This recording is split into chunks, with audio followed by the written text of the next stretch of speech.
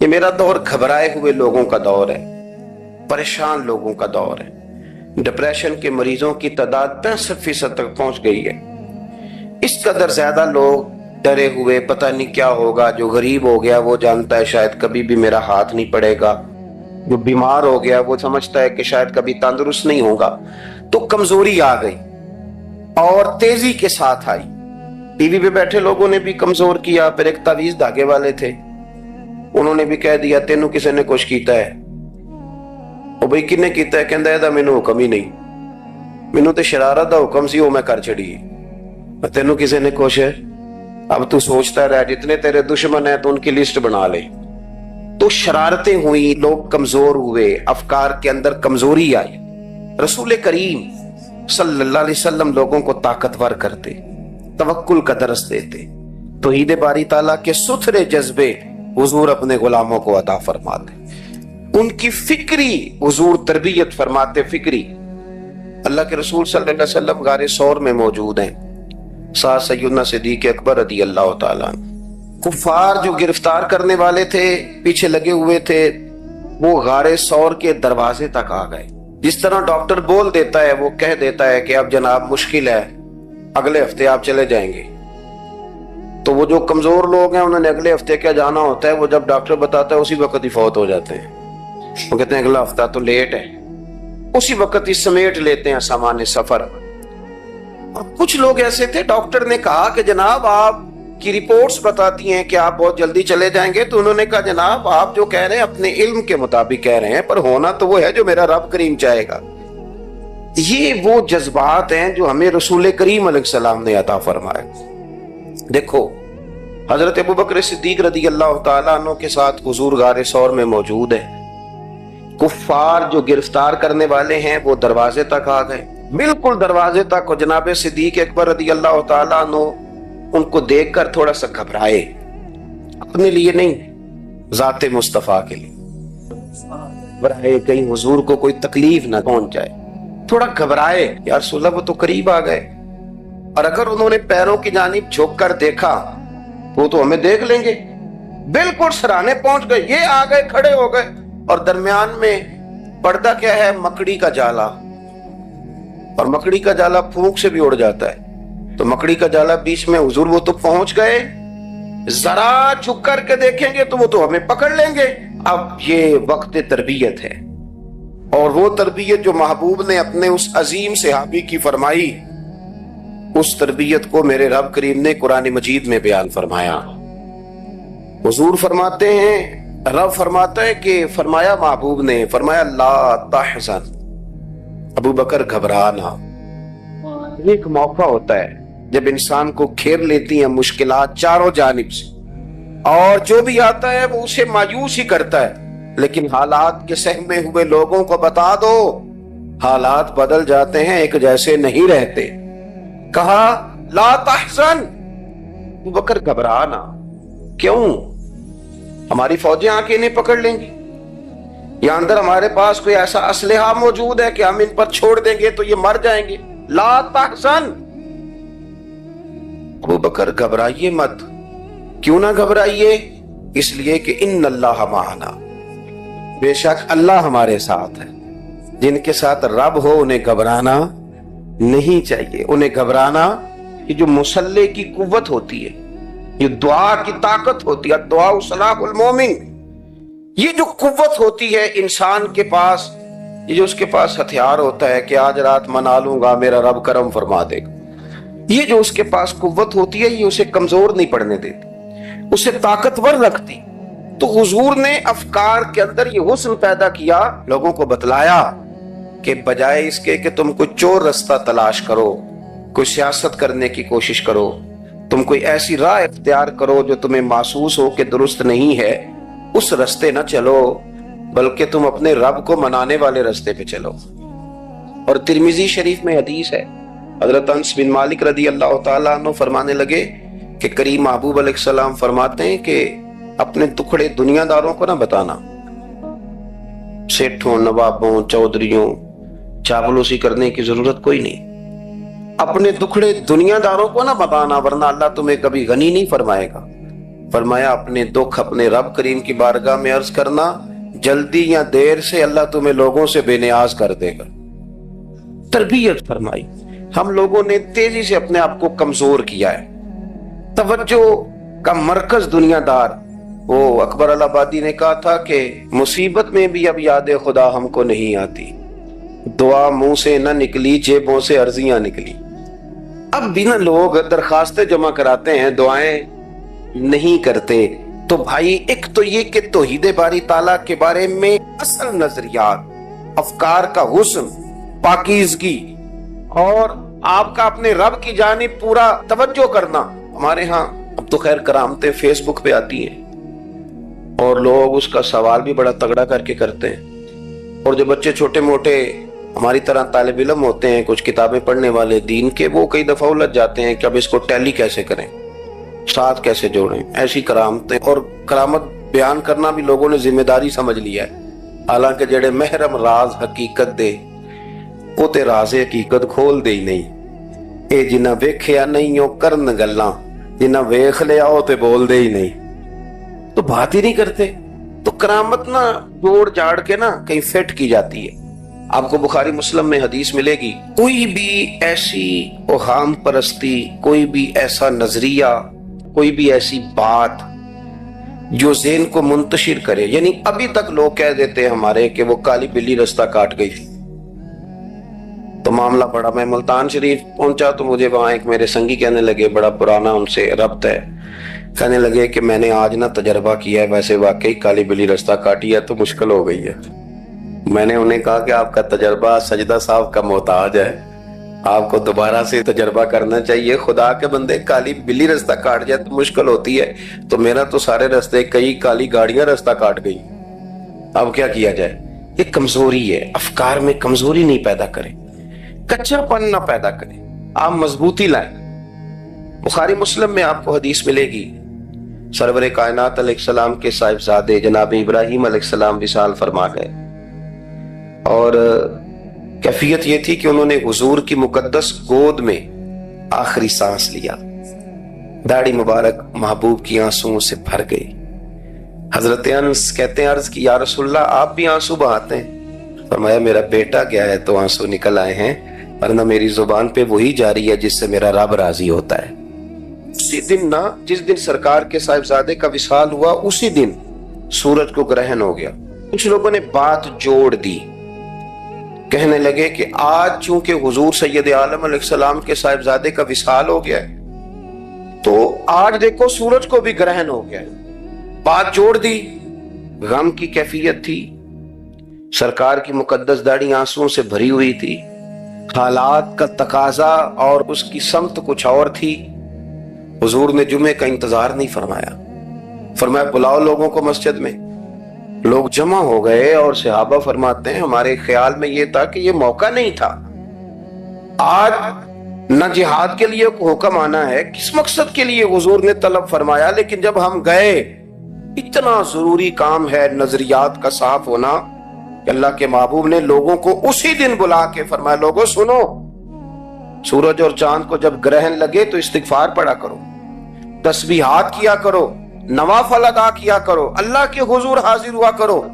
فرمایا یہ سورج اور چاند کو جب گرہن لگے تو یہ اللہ کی نشانیوں میں سے نشانی ہوتا ہے، کسی بندے کے دنیا سے جانے کا اس کے ساتھ کوئی تعلق نہیں۔ تم نے اپنے ذہن کو ٹھیک رکھنا، افکار کو ٹھیک رکھنا، کسی بھی قسم کی تم نے اوہام پرستی کا شکار نہیں ہو، مضبوط رہیں، مضبوط رہیں۔ اٹھ باندھ کمر کیوں ڈرتا ہے، پھر دیکھ خدا کیا کرتا ہے۔ آپ مضبوط رہیں، جب مضبوط رہیں گے تو انشاءاللہ توانائی اللہ کی طرف سے عطا کر دی جائے۔ دوسری بات، نبی پاک صلی اللہ تعالی علیہ وسلم نے نا تمام انبیاء کرام علیہم السلام کے بارے میں لوگوں کے ذہنوں کی اصلاح کی۔ آپ کبھی قرآن حکیم کا مطالعہ فرمائیں، احادیث مبارکہ کو پڑھیں تو میرے محبوب کریم کی شان یہ ہے کہ حضور نا انبیاء کی شانیں بیان کرتے ہیں۔ حضرت موسیٰ کلیم اللہ ہیں، کس نے ہمیں بتایا؟ قرآن و حدیث نے بتایا۔ شانیں بیان کی نبیوں کی، عظمتیں بیان کی۔ حضرت ابراہیم خلیل اللہ ہیں، یہ ہمیں قرآن نے بتایا، حضور نے بتایا، لیکن ساتھ ہمیں یہ بھی بتایا کہ ہیں یہ اللہ کے بندے، ہیں یہ اللہ کے رسول۔ نبی پاک صلی اللہ تعالیٰ علیہ وسلم نے افکار اور نظریات انبیاء کے بارے میں لوگوں کے درست فرمائے۔ مجموع زوائد میں حضرت مولا علی شیر خدا رضی اللہ تعالیٰ عنہ کی حدیث مروی ہے، ایک بدو آ گیا حضور کی بارگاہ میں کچھ مانگنے کے لیے۔ مولا کائنات رضی اللہ تعالیٰ عنہ فرماتے ہیں سرکار جب کسی بات کا جواب نہ دینا چاہتے تھے تو خاموش ہو جاتے تھے، کچھ دیر خاموش رہتے تھے، اور حضور کا خاموش رہنا بھی ہمارے محدثین نے محفوظ کیا ہے۔ اقسام حدیث میں سے ایک حدیث ہے جسے حدیث تقریری کہا جاتا ہے، وہ حدیث ہے جس میں حضور خاموش رہے، کوئی کام کیا گیا تو سرکار خاموش رہے۔ حضرت مولا علی کہتے ہیں حضور نہ خاموش ہو گئے، لیکن چونکہ دیہاتی تھا، سادہ تھا، اس نے جب بار بار گفتگو چھیڑنا چاہی تو پھر حضور نے فرمایا چل پھر مانگ لے کیا مانگتا ہے، مانگ لے پھر کیا مانگتا ہے، کر سوال۔ دیہاتی تھا، سادہ آدمی تھا۔ مولا کائنات فرماتے ہیں ہمیں یوں لگا کہ اب نہ یہ آخرت اپنی سوار جائے گا، جنت کا سوال کرے گا، لیکن بڑا ہی سادہ تھا۔ مانگنے پہ بھی آیا تو کیا مانگا، کہنے لگا یا رسول اللہ صلی اللہ علیہ وسلم میں نے سفر کرنا ہے، مجھے ایک اونٹنی عطا کر دیتے۔ حضرت سلطان باہو سے کسی نے کہا کہ بڑے لوگ مرید ہوتے ہیں، تو فرمانے لگے رابطہ طالب کوئی نہیں ملیا، جو ملیا طالب زرد آؤ۔ تو بہت سارے لوگ ایسے آتے ہیں جو کامل شیخ کے پاس بھی آ کے کہتے ہیں دکان کوئی نہیں چلتی، یہ تو کسی سیٹ سے مشورہ کر لیتے، کاروبار چلانے کا آپ کو ڈھنگ بتا دیتے۔ یہ یہاں آ کے بھی آپ نے یہی سوال کیا، یہاں پہنچ کے بھی یہی سوال۔ تو نبی پاک صلی اللہ تعالیٰ علیہ وسلم سے کہنے لگا ایک اونٹ دے دیں آنے جانے کے لیے۔ حضرت علی کہتے ہیں ہمیں بڑا افسوس ہوا، یار تو آیا کہاں پہ ہے اور تو مانگ کیا رہا ہے، تو بارگاہ دیکھ اور اپنا سوال دے، تو کہاں کھڑا ہے، کیا مانگ رہا ہے۔ حضور مسکرائے اور مسکرا کر کے فرمایا کہ اونٹ تجھے دیا، چل کچھ اور بھی مانگ لے۔ حضرت علی کہتے ہیں ہم نے کہا اب جنت مانگے گا یہ حضور سے، تو بڑا ہی بھولا تھا، کہنے لگا جی اگر آپ کچھ اور بھی دینا چاہتے ہیں تو اونٹ پہ ڈالنے کے لیے کجاوا بھی دے دیں۔ تو حضرت مولا علی شیر خدا فرماتے ہیں ہمیں پھر بڑا افسوس ہوا کہ یار دیکھو اتنا چانس ملا پھر کھو دیا ہے۔ رسول کریم علیہ السلام بھی مسکرائے، اور سرور کائنات کی جو مسکراہٹ ہوتی تھی وہ نہ خوشیاں تقسیم کرتی تھی۔ اعلیٰ حضرت رحمت اللہ علیہ فرماتے ہیں جس کی تسکین سے روتے ہوئے ہنس پڑا، جس کی تسکین سے روتے۔ اب یہاں سوال پیدا ہوتا تھا کہ پھر اس مسکراہٹ کے لیے تو انتظار کرنا پڑتا ہوگا کہ حضور مسکرائیں تو روتے ہوئے ہنسیں، تو اگلا شعر بھی ہے اور جواب بھی ہے۔ فرمانے لگے جس کی تسکین سے روتے ہوئے ہنس پڑیں اس تبسم کی عادت پہ لاکھوں سلام۔ یہ تو عادت ہے حضور کی، یہ تو عادت ہے مسکراتے رہنا۔ تو حضور بھی زیر لب مسکرائے۔ تیسری دفعہ میرے کریم نے پھر فرمایا چل مانگ لے کچھ، تجھے ایک چانس اور دیتے ہیں۔ پر مولا کائنات فرماتے ہیں بڑا ہی بھولا تھا، تیسرا چانس ملا، گویا گولڈن چانس ملا، لیکن پھر بھی وہیں کا وہیں رہ گیا۔ کہنے لگا ٹھیک ہے اگر آپ کچھ اور بھی دینا چاہتے ہیں تو میرا سفر لمبا آنے جانے کا خرچہ بھی دے دیں۔ اللہ اکبر۔ اب حضور عقائد کی بابت بتانے لگے کہ رسالت کے بارے میں، محبوب کے بارے میں عقیدہ کیسا ہونا چاہیے۔ تو حضور علیہ السلام فرمانے لگے تجھ سے تو وہ بنی اسرائیل کی بڑھیا ہی اچھی تھی۔ یا رسول اللہ صلی اللہ علیہ وسلم کون سی؟ تو حضور فرمانے لگے جناب موسیٰ علیہ السلام کو حکم ہوا ہجرت کریں، تو آپ جانے لگے، تو پھر ارشاد خداوندی ہوا کہ جہاں حضرت یوسف علیہ السلام مدفون ہے، آپ کا مزار پرانوار ہے، اگر آپ کو جانا ہے تو پھر ان کے تابوت کو بھی آپ نکال کر کے ساتھ لے جائیں۔ حضرت سیدنا موسیٰ علیہ السلام نے لوگوں سے پوچھا تمہیں پتہ ہے جناب یوسف کا مزار کہاں ہے؟ کسی کو نہیں پتا، ایک بوڑھی اماں ہے ضعیف العمر، اس کو خبر ہے۔ حضرت موسیٰ علیہ السلام نے اس سے کہا اماں تو بتائے گی کہ حضرت یوسف کا مزار کہاں ہے؟ تو کہنے لگی بتاؤں گی پر مفت نہیں بتاؤں گی، یہ حضور بیان کر رہے، بتاؤں گی پر فری میں نہیں بتاؤں گی، میں نا مفت تھوڑی بتاؤں گی۔ فرمایا چل تو اپنی قیمت بتا بتانے کی، تو کہنے لگی میں اس شرط پہ جناب یوسف کے مزار کا پتہ بتاؤں گی کیا مجھے جنت میں وہ والا گھر دیں گے جس کے پڑوسی جناب موسیٰ علیہ السلام ہو؟ آپ کے پڑوس میں گھر چاہیے؟ تجھ سے تجھی کو مانگ کے میں نے مانگ لی ساری کائنات، وہ والا مکان چاہیے جس کے پڑوسی آپ ہو۔ تو حضرت موسیٰ کلیم فرمانے لگے اماں چل جنت مانگ، تو نبیوں کے قریب مکان مانگ رہی ہے، وہ تو بڑا اونچا درجہ ہوگا، تو بڑی دور پہنچ گئی، اتنی بڑی سوسائٹی میں پلاٹ مانگ لیے، وہاں پہنچ گئی۔ تو بوڑھی کہنے لگی ٹھیک ہے، پھر اگر یہ معاملہ ہے تو پھر ختم ہو گئی بات، اگر آپ نہیں بتاتے تو جائے میں بھی نہیں پتا بتاتی۔ جب وہ اڑ گئی، ٹھہر گئی، اور اڑی بھی کس طرح، یہ بھی میرے اللہ کی توفیق، میری طلب بھی تو تیرے کرم کا صدقہ ہے، میری طلب بھی تو تیرے کرم کا صدقہ ہے، یہ پاؤں اٹھتے نہیں بلکہ یہ اٹھائے جاتے ہیں۔ تو وہ کہنے لگی میں نہیں پھر بتاتی، آپ کسی اور سے پوچھ لیں۔ جناب موسیٰ خاموش ہوئے تو ارشاد خدا بندی ہوا، کلیم اپنے پڑوس میں مکان دینے کا وعدہ آپ کر لیں اور مکان انہیں میں عطا کر دوں گا۔ تو حضور سید عالم صلی اللہ تعالی علیہ وسلم نے اس بدو کی موجودگی میں تربیت فرمائی صحابہ کی، یہ چیزیں بھی حضور نے عطا فرمائی۔ لیکن جب تمہیں کہا جائے مانگو تو پھر یہ کریم رسول کا دروازہ ہے، مانگیں گے مانگے جائیں گے اور منہ مانگی پائیں گے، سرکار میں نہ لا ہے نہ حاجت اگر کی۔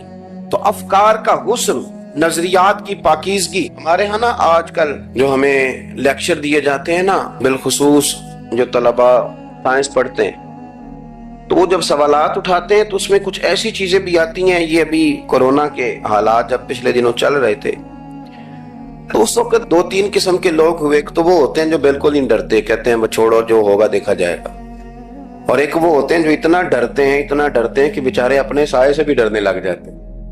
تو یہ دونوں باتیں جو ہیں یہ درست نہیں ہیں۔ درست کیا ہے کہ آپ احتیاط بھی کریں گے پر بھروسہ اپنے رب کریم کی ذات پر کریں گے، بھروسہ اللہ۔ تو لوگوں کو ڈرایا جاتا ہے اور جو خوف پھیلایا جاتا ہے ہمارے ہاں وہ بڑا عجیب قسم کا انداز ہے، قبر کو کھڑکی کوئی نہیں ہوتی، دروازہ کوئی نہیں ہوتا، آکسیجن کیسے جائے گی؟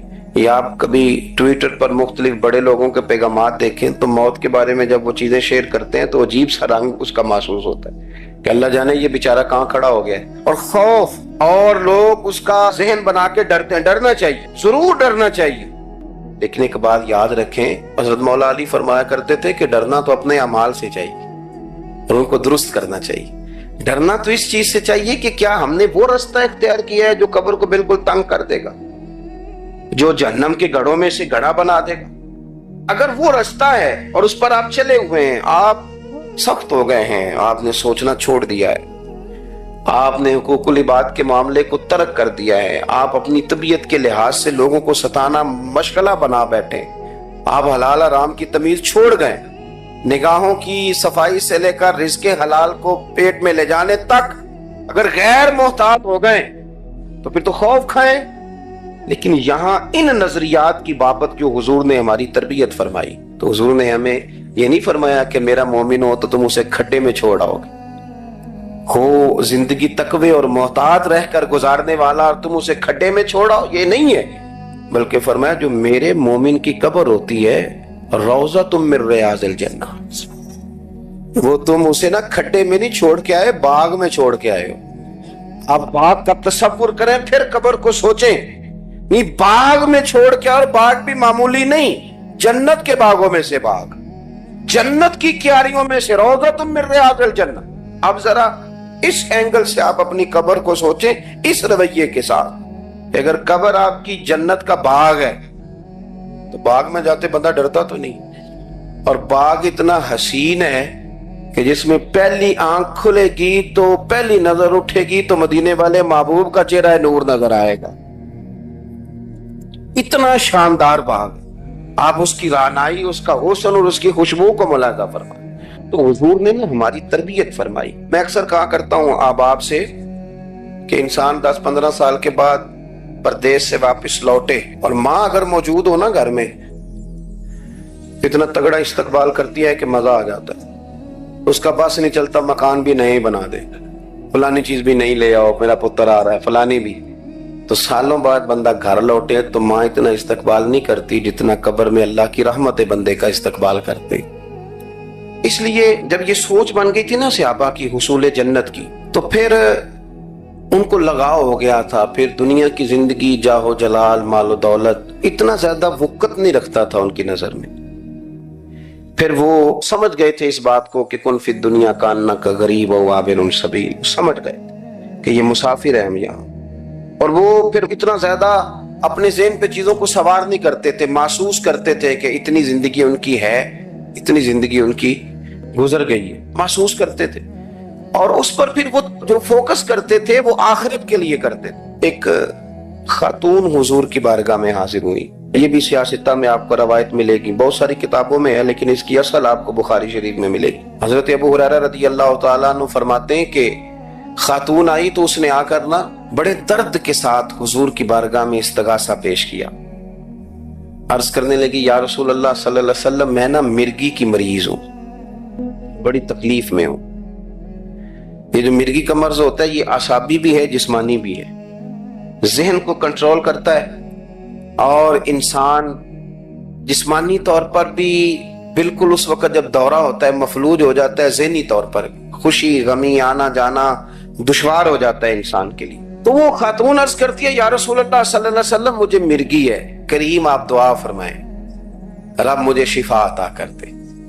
حضور دعا فرما دیا کرتے، اللہ تعالیٰ نے میرے محبوب کے وجود کو شفا بنایا. لعاب دہن مولا علی کی آنکھوں پہ لگائیں تو رب کریم فوراً شفا عطا فرمایا. لیکن حضور نا تربیت جب کرتے نا، تربیت لوگوں کے بیچ، تو پھر نظریات کو، عقائد کو، افکار کو حضور غسل دیتے، وضو کراتے. یہاں بھی سرکار نے صحابہ کے بیچ اس خاتون سے گفتگو فرمائی اور حضور فرمانے لگے اگر تو کہے تو میں دعا کرتا ہوں رب تجھے شفا دے دے گا. حضور فرمانے لگے اگر تو کہے میں دعا کرتا ہوں اللہ شفا دے. اور فرمایا اگر تو کرے صبر تو میرا وعدہ ہے رب بغیر حساب کتاب جنت عطا کرے گا. اب یہ سوچ ہے، یعنی ہمیں جب چانس ملتا ہے دنیا اور آخرت میں چیزوں کو عکس کرنے کا تو آپ نظر دوڑا لیں دائیں بائیں کہ لوگوں نے توجہات کہاں اپنی مرکوز کی ہوئی. حضور نے فرمایا اگر تو کہے تو رب کریم ہے، وہ شفا دے گا، میں دعا کروں گا. اور اگر تو صبر کرے، مانا کیا کہ اگر تو مرگی کے ساتھ ہی گزارا کرے، اس کے ساتھ ہی وقت بتائے تو پھر رب تجھے جنت دے گا. یہ سمجھ لیں بات، اس پر غور کریں. وہ جو بیماری کو رحمت کہا گیا تو یہاں اس کا عملی مظاہرہ ہونے جا رہا ہے. حضور فرمانے لگے گر تو صبر کرے تو رب جنت دے گا. صحابہ کہتے ہیں اس بوڑھی نے ایک منٹ نہیں لگایا سوچنے کے لیے، فوراً عرض کرنے لگی. وہ عرض کرتی ہے حضور تھوڑی سی تو زندگی ہے، میں مرگی کے ساتھ ہی گزارا کر لوں گی، آپ دعا کریں رب مجھے جنت عطا کر دے، میرے لیے جنت کی دعا کر دے. تو صحابہ فرماتے ہیں حضور نے دعا کر دی، وہ وعدہ ہو گیا جنت کا. وہ عرض کرتی ہے یا رسول اللہ صلی اللہ علیہ وسلم جب مرگی ہوتی ہے تو میرے وجود سے کپڑا ہٹ جاتا ہے، ستر کا مسئلہ بنتا ہے، اس کے لیے آپ ضرور اللہ کے حضور عرض کریں. تو سرکار نے دعا کر دی. صحابہ فرماتے ہیں کہ وہ دیر تک موجود رہیں، دیر تک. حضرت عثمان غنی کے زمانہ مبارکہ تک وہ بوڑھی موجود رہیں. جب بھی انہیں مرگی ہوتی تھی کپڑا اپنی جگہ پہ موجود رہتا تھا. اور جب ہم سے کوئی کسی جنتی کو دیکھنے کا سوال کرتا تھا تو ہم کہتے تھے اس بوڑھی کو دیکھ لو، اسے دنیا میں ہی حضور نے جنت کی بشارت عطا فرما. تو جو سمجھنے کی بات ہے وہ یہ ہے توحید، رسالت، قبر، حشر، اس کے بارے میں اپنے نظریات کو صاف ستھرا رکھیں. وقت تیزی سے بیت رہا ہے، وقت جو اپنی اس کی سپیڈ ہے اس کے ساتھ وہ گزر رہا. قریب ہوتے جا رہے ہیں لوگ قبر کے، آخرت کے. کرنے کا کام یہ ہے کہ ہمارے نظریات وہ ہوں جو ہمیں رسول کریم نے عطا فرمائے. حضرت فاروق اعظم رضی اللہ تعالیٰ عنہ جیسے دلیر آدمی حضور کے مقدس وجود پر موٹے بان کی چارپائی کے نشان دے کے جب روئے ہیں تو حضور نے وہاں بھی تربیت فرمائی ہے. فرمایا عمر کیا تم پسند نہیں کرتے کہ اللہ آخرت کی ساری شانیں ہمیں ہی عطا کرے اور دنیا میں ہم تھوڑی سی مشکل دیکھ لیں؟ تو ان چیزوں کو ہم نے سمجھنا ہے. یہ چیزیں ہمیں جینے میں آسانی پیدا کریں گی، ہمارے لیے مددگار ثابت ہوں گی. ہمارے افکار کو یہ تازہ رکھیں. پھر بہت زیادہ الجھاؤ، بہت زیادہ پریشان ہونا، بہت زیادہ ڈپریشن کا شکار ہونا، بہت زیادہ ہمارا دنیاوی معاملات کے اندر تفکر کرنا یہ ہمیں کمزور نہیں کرے گا، بلکہ ہم توانا رہیں گے۔ اللہ کے حضور دعا ہے مالک کریم کہی ہوئی باتوں کو قبولیت کا درجہ عطا فرمائے۔ دوران گفتگو جام بھول گئے، اللہ ہمارے ساتھ درگزر والا معاملہ فرمائے۔